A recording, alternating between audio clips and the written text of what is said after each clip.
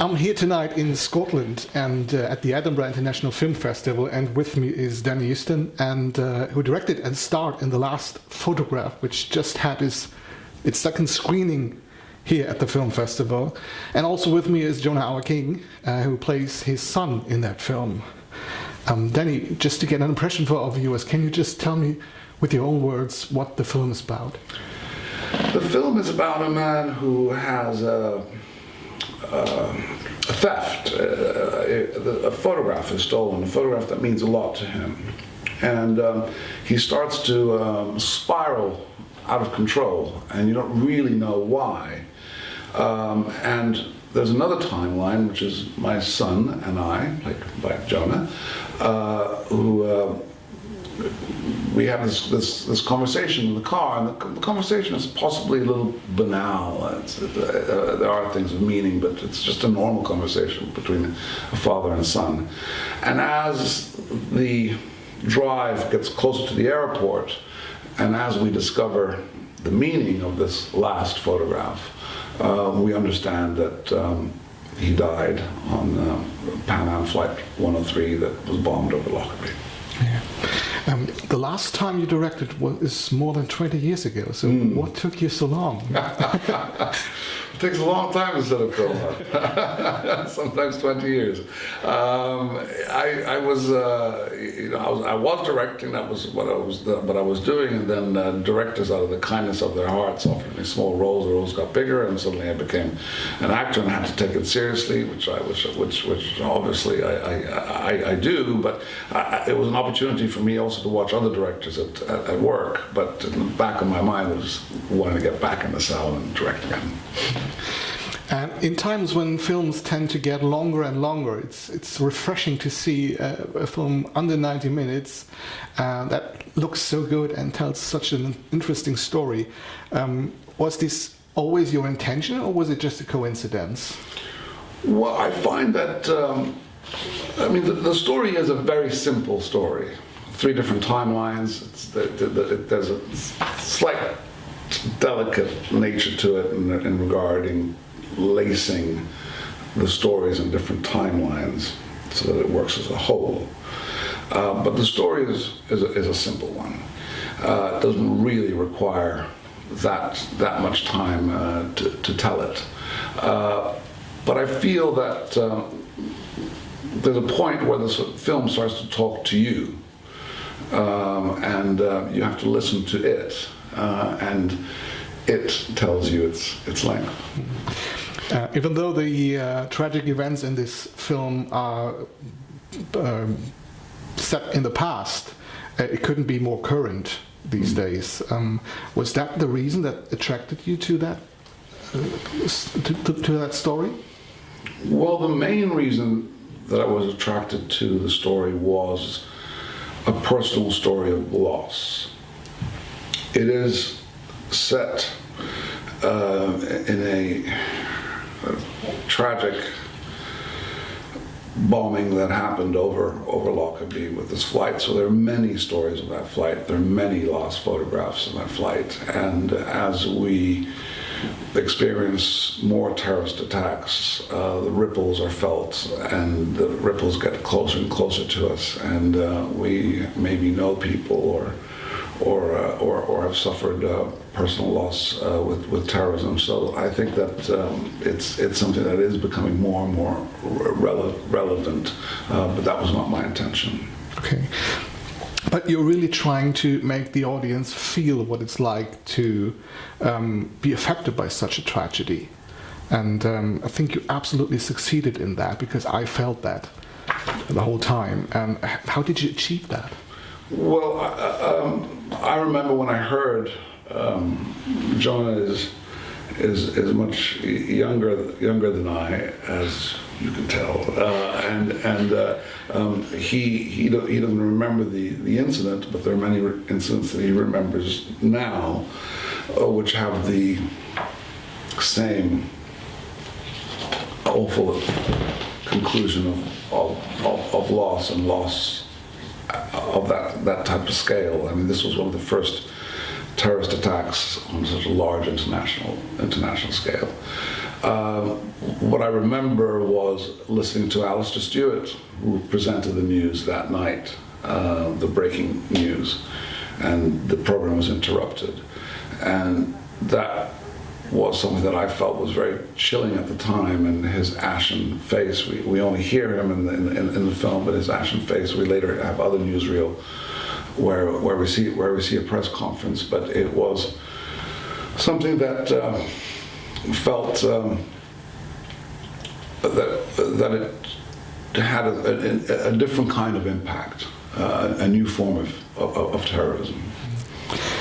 Simon Astaire, who both wrote the novel and the screenplay, he said that the first draft was finished before he even wrote the first line of the novel.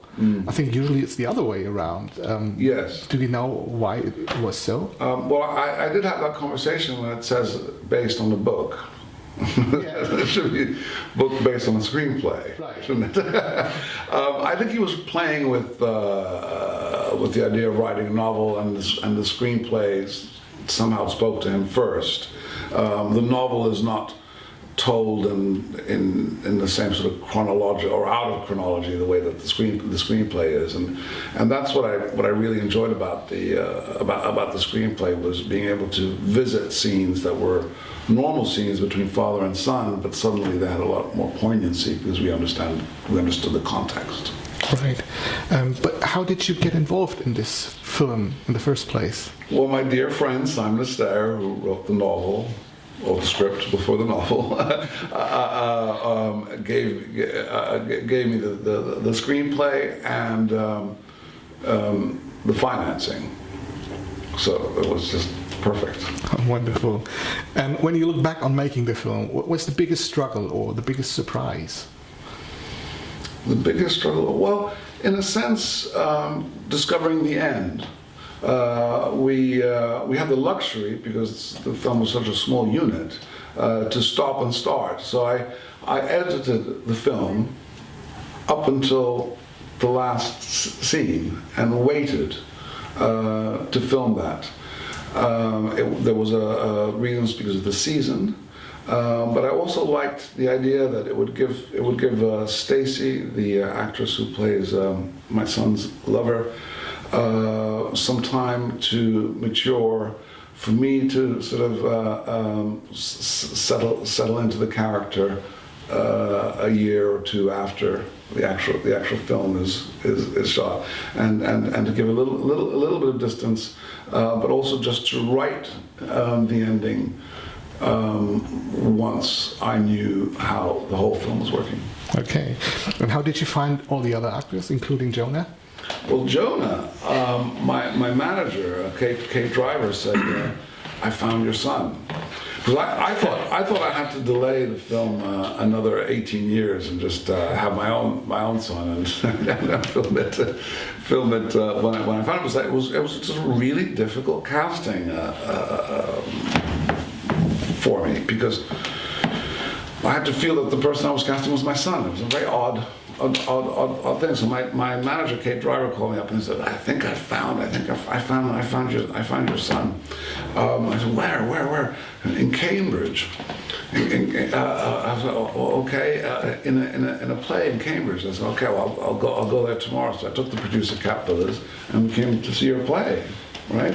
It was a kind of a surreal experience. Kate, Danny's manager, somehow got wind of it and came down, and next thing I know, I'm having lunch in Pizza Express with Danny and Kat, and it was funny. I couldn't really tell any of my friends that I was doing the show with, because at that stage I had no idea if it was going to amount to anything. So it was kind of a strange thing that in this little theatre at university there was Danny Huston, but one of those very, very fortunate and happy kind of occurrences. And so we wrote a little note for him, for Jonah at the stage door, and I immediately felt an affection, familiar, an ease, which is what was required really for the scene. Right? Yeah.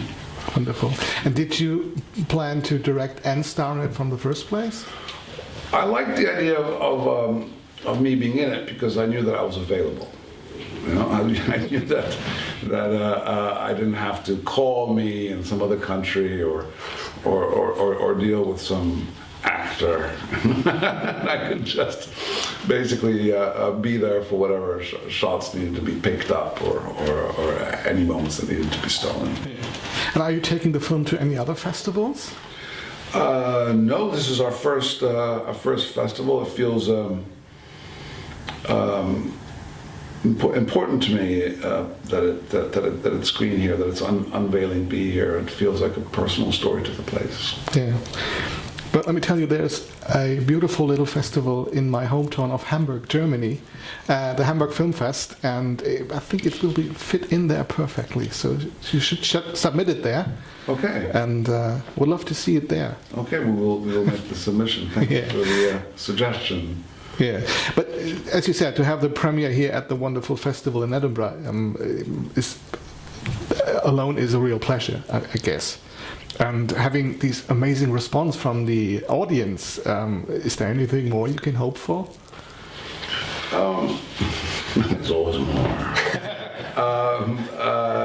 Well, no, I'm at the moment. I mean, the screening has just finished, and I think I feel somewhat happy with the reaction. I'm a bit of a masochist when it comes to these things. I look for the bad review. I just my father used to say, well, you can't believe the good reviews because you shouldn't believe the bad ones. And so so I have all this sort of emotional thing about it.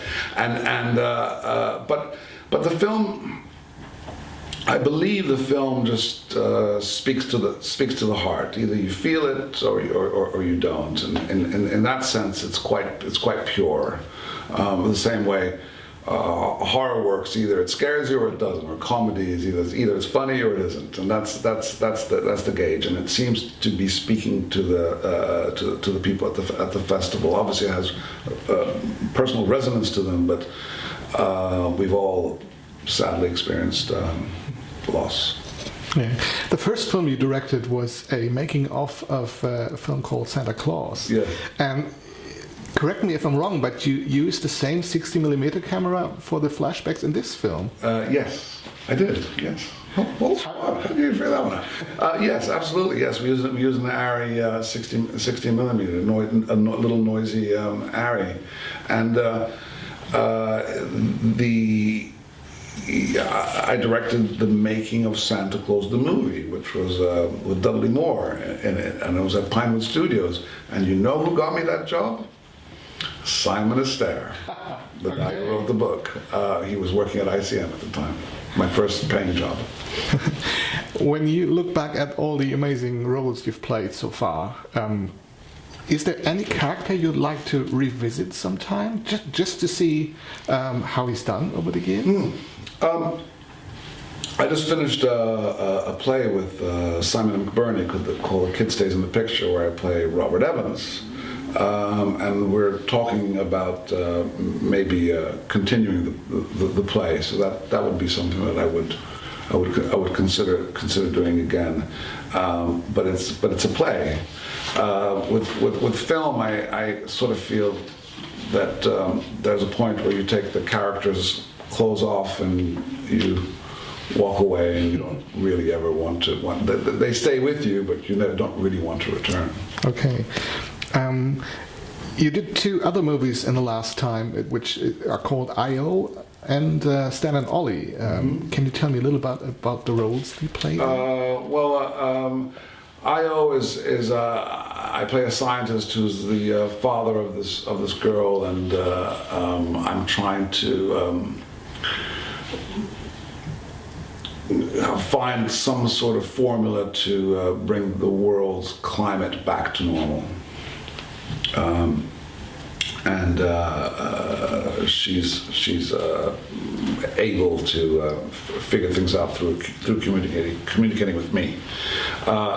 Laurel and Hardy is Steve Coogan and John C. Reilly playing Laurel and Hardy, and for me it was just fantastic. I played a director in it, and it's sort of in primary colors. I have a cigar and I'm waving my finger and I sort of shout at them. And they're just fantastic. Yeah. The subtlety of their work and the dances they do together, the comedic act is just extraordinary. I'm really looking forward to see that film. What are your other plans for the future? Is there anything you can already talk about? No, I've got a couple of things that are brewing, but basically this last month has been about doing press for Wonder Woman, Yeah. and for the last photograph, there couldn't be bigger polar opposites. And Jonah, you are also doing theatre. I think you just played with Kenneth Branagh Yes. last year in London. Yeah. Do you have a favorite? Do you like to play theatre or film or? The last photograph was my first film, and I was always doing theatre from, I guess, from quite an early age, from about 8 or 9. And it's only in the last couple of years that I've started doing some film and TV work as well.